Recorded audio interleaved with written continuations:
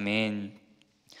여러분 혹시 중요한 날을 앞두고 알람을 꺼버리고 다시 잠든 적이 있으신가요? 저는 있습니다. 네, 알람을 스누즈하고 늦게 일어났을 때의 그 아차하는 기분, 그 후회는 어떻게 말로 설명할 수가 없습니다. 우리 모든 그런 순간이 있었을 것 같아요. 그런데 이런 게 한 번의 실수가 아니라 습관의 문제라면 어떨까요? 인생의 선택의 연속들이라고 말합니다. 우리는 끊임없이 하루에도 수십 번, 수백 번 결정하며 선택하며 살아갑니다. 그런데 아무것도 하지 않는 것도 바로 선택이라는 것을 우리는 기억할 필요가 있습니다. 오늘 잠언 말씀은 우리 영혼의 알람과 같습니다. 게으름, 훈계와 징계, 또 교만에 대해서 우리에게 경고하는 말씀입니다. 오늘 이 알람을 끄고 다시 잠들지 말고 하나님의 음성에 반응하는 저와 여러분 되었으면 좋겠습니다. 첫 번째, 게으름에 대한 말씀입니다. 게으름은 인생을 무너뜨린다라는 말씀이에요. 15절, 게으름이 사람으로 깊이 잠들게 하나니 태만한 사람은 줄일 것이니라. 또 24절, 게으른 자는 자기의 손을 그릇에 넣고서도 입으로 올리기를 괴로워하느니라. 24절은 참 우스꽝스러운 장면입니다. 이렇게 그릇에 먹으려고 손을 넣는데 이 올리는 거가 힘들어서 괴로워서 그렇게 하지 못한다는 것이죠. 물론 과장된 그런 시적인 표현이지만 게으름이 사람으로 깊이 잠들게 하기 때문에 이렇게 입으로 올리는 것조차 못하게 한다라는 말씀입니다. 이것을 좀 더 확대 해석해 보면 어떤 일을 시작했지만 시작은 마음이 있어서 원해서 했지만 끝내지 못하는 것도 게으름으로 인한 것이다 라는 것이죠. 마음만 있고 실천이 없는 인생은 결코 열매를 기대할 수 없죠. 오늘 15절에 있는 것처럼 굶주림으로 끝나게 됩니다. 너무나 당연한 가르침이죠. 그런데 육체적 게으름보다 더 위험한 것은 영적 게으름입니다. 육체적 게으름은 눈에 보이게 되죠. 잠을 엄청 잔다던가 아무것도 하지 않고 숙제나 일을 하지 않는다던가. 하지만 영적 게으름은 눈에 잘 보이지 않을 수가 있습니다. 하지만 성경은 깨어있으라 말씀합니다.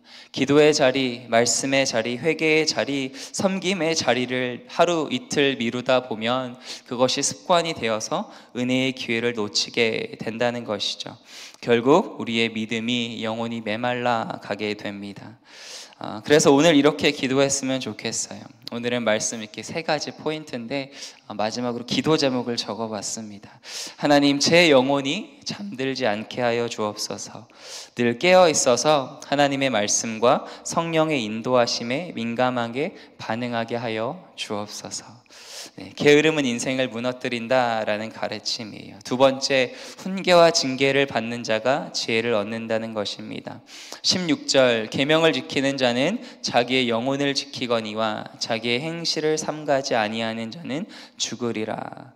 하나님의 계명을 지키는 자는 자기 자신을 지킨다는 말씀이죠. 또 20절에는 너는 권고를 들으며 훈계를 받으라. 그리하면 내가 필경은 지혜롭게 되리라. 권고와 훈계를 좋아하는 사람은 없을 것 같아요. 마음이 찔리고 아프죠. 하지만 그것이 결국은 지혜롭게 되는 길이다 성경은 말씀합니다. 18절과 19절은 자녀를 징계하는 것에 대한 말씀이에요. 내가 내 아들에게 희망이 있은즉 그를 징계하되 죽일 마음은 두지 말지니라. 노하기를 맹렬히 하는 자는 벌을 받을 것이라. 내가 그를 건져주면 다시 그런 일이 생기리라. 자녀를 징계하지 않는 것은 자녀에 대한 희망을 버리는 행위라는 것이에요. 내가 내 아들에게 딸에게 희망이 있은즉 그를 징계하라. 그러니까 징계하는 이유가 희망이 있기 때문에 그렇게 한다는 것이죠. 종종 뉴스 부모님들이 저한테 이렇게 얘기를 하세요. 목사님, 얘가 말을 해도 안 들어요. 아무리 말을 해도 안 들어서 저는 포기했습니다. 그런데 그 말을 듣는 저의 마음 한켠에는 그렇죠. 얼마나 말을 안 들을까. 저는 아직 잘 애들이 어려서 모르지만 안 됐죠. 저도 그랬고 안 됐는데 그 말이 이해가 되는데 한편으로는 그렇습니다.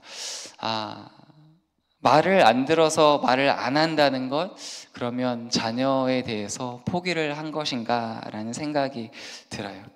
내가 내 아들에게 희망이 있은즉 그를 징계하되, 그러니까 징계를 하고 계속 말을 하고 말씀으로 권면을 한다는 것은 희망을 놓지 않았고 희망이 있다는 것이죠.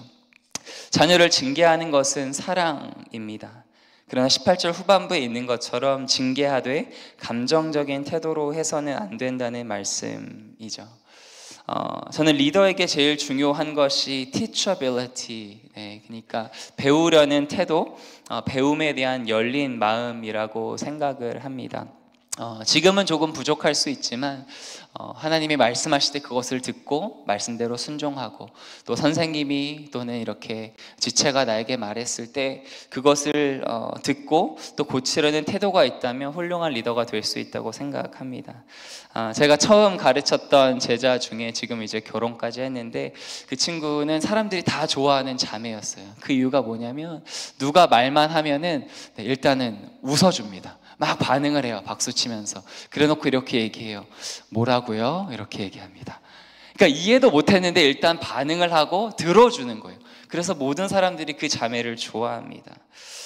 이것도 teachability의 하나인 것 같아요. 훈계와 징계에 있어서 이해하지 못할더라도, 아이들은 부모님이 말할 때 그것을 잘 이해하지 못하죠. 때로는 사랑방에 내 형제 자매가 얘기할 때 나는 안 그런데 이렇게 반응할 수 있죠. 하지만 선 반응은 네 그렇죠, 말해줘서 감사합니다, 그렇게 듣고 후 이해해도 늦지 않다는 것이죠. 그래서 이렇게 기도했으면 좋겠습니다. 주님, 열린 마음과 귀를 주셔서 하나님의 말씀과 사람들의 훈계와 징계를 거절하지 않고 달게 받게 하여 주시옵소서. 우리 자녀와 사랑하는 사랑방 식구들에게도 그런 열린 마음과 귀를 주소서. 그런 기도를 하고, 또 저와 여러분이 우리의 자녀가 전 티처블한 열린 마음과 귀를 가진 자녀가 되었으면 좋겠습니다. 마지막 세 번째, 거만함에 대한 가르침인데요. 거만함은 파멸을 부른다는 것입니다. 거만한 자의 특징이 몇 가지 나옵니다. 26절, 아비를 구박하고 어미를 쫓아내는 자는 부끄러움을 끼치며 능욕을 부르는 자식이니라. 부모를 모욕하는 자녀이죠. 가장 기본적인 권위에 대한 경멸, 이것이 거만한 자의 태도입니다. 또 27절, 내 아들아 지식의 말씀에서 떠나게 하는 교훈을 듣지 말지니라. 조금 더 이렇게 직역해 보면, 내 아들아 교훈을 듣기를 그치면 지식의 말씀에서 떠나게 될 것이다. 즉 교훈을 듣지 않는다는 거예요. 아까 두 번째 얘기했던 것과 반대되는 것이죠. 또 28절, 망령된 증인은 정의를 업신여기고 악인의 입은 죄악을 삼키느니라. 거만한 사람은 진리를 조롱합니다. 하나님의 법과 진리를 무시해요. 이런 거만한 자에게는 매와 형벌이 예비되어 있다고 성경은 분명하게 말씀합니다. 25절, 거만한 자를 때리라, 그리하면 어리석은 자도 지혜를 얻으리라. 명철한 자를 견책하라, 그리하면 그가 지식을 얻으리라. 또 29절, 심판은 거만한 자를 위하여 예비된 것이요 채찍은 어리석은 자의 등을 위하여 예비된 것이니라. 거만한 자의 끝, 지금 되게 잘 나가는 것 같지만 그 끝은 결국 심판과 멸망이라는 것이죠. 근데 거만한 자는 자신을 무너뜨릴 뿐만 아니라 부모와 사회, 공동체에도 악 영향을 미친다는 것이에요. 거만한 자는 왜 거만할까요? 여러분, 이런 질문 던져보신 적이 있으신가요? 거만한 자, 교만한 자는 왜 거만하고 교만할까? 내가 왕이라서 그렇습니다. 내 힘과 지혜, 경험을 믿는 것이죠. 21절이 오늘 말씀의 주된 말씀이라고 생각하는데, 21절 이렇게 기록되어 있습니다. 사람의 마음에는 많은 계획이 있어도 오직 여호와의 뜻만이 완전히 서리라. 내가 아무리 많은 계획, 좋은 계획을 세워도 오직 여호와의 뜻만이 완전히 설 것이다. 여러분 믿으시나요? 이것이 하나님의 주권과 권위를 인정하는 믿음이죠. 그리고 하나님을 경외하는 태도입니다. 그런데 거만한 사람은 그렇게 생각하지 않아요. 내가 가진 계획, 또 내가 뜻한 것이 나의 힘과 경험대로 이루어질 것이다, 그렇게 생각하기 때문에 교만한 것이죠. 하나님을 경외하는 사람은 거만한 자와 다르게 17절 17절에 나온 것처럼 가난한 자를 불쌍히 여깁니다. 그리고 22절에 있는 것처럼 인자함, 헤세드로 사람들을 대하고 불이익을 당하더라도 정직을 선택하게 됩니다. 하나님 앞에서 살아가기 때문이죠. 23절 마지막으로 한 절 보겠습니다. 여호와를 경외하는 것은 사람으로 생명에 이르게 하는 것이라. 경외하는 자는 족하게 지내고 재앙을 당하지 아니하느니라. 족하게 지낸다라는 것은 만족하는 삶이죠. 여러분 지금 삶에 만족하시나요? 하나님을 경외하는 사람은 만족하는 삶을 살 것이다. 이것이 말씀, 하나님의 약속입니다. 또 재앙을 당하지 아니하느니라. 이것은 나쁜 일이 일어나지 않는다는 것이 아니죠. 성경에 너무 많이 나오죠. 예수님도 그렇고 욥도 그렇습니다. 재앙을 당하지 아니한다라는 것은 안전한 삶을 약속하고 있습니다. 지금 어려움과 고난을 겪을 수 있지만 우리의 그 끝은 안전하다라는 것이죠. 하나님이 지켜주신다는 거예요. 그래서 여호와를 경외하는 삶, 그 삶은 결국은 생명에 이르는 삶이다 말씀합니다. 그래서 마지막 세 번째 이렇게 기도했으면 좋겠습니다. 하나님, 늘 주님 앞에 겸손하게 하여 주시옵소서. 코람데오, 늘 하나님을 의식하며 경외하는 삶을 살게 하여 주옵소서. 말씀을 마무리하겠습니다. 오늘 잠언 말씀이 이 아침 우리의 결단이 되기를 소망합니다. 하나님 말씀 앞에 겸손히 서서 지혜 있는 길을 걸어가는 하루 되시기를 주님의 이름으로 축복합니다. 하나님 참으로 감사합니다. 오늘 잠언 말씀을 통해서 우리의 태도와 또 우리의 삶을 돌아보게 하심에 감사합니다. 때로는 하나님 우리의 경험과 또 우리의 생각과 또 우리의 계획들을 주님의 말씀보다 신뢰할 때가 있습니다. 그러나 하나님, 우리가 많은 것을 계획해도 온전히 주님의 완전하신 뜻만이 설 것임을 다시 한번 기억하며 고백하며 나아갑니다.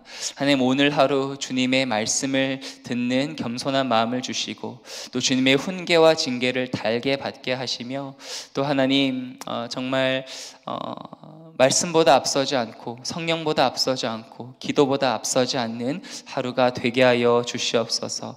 주님, 우리 오늘 하루를 인도하여 주시고 오늘 하루의 삶을 통해서 영광 받아 주옵소서. 감사드리며 살아계신 예수님의 이름으로 기도드립니다.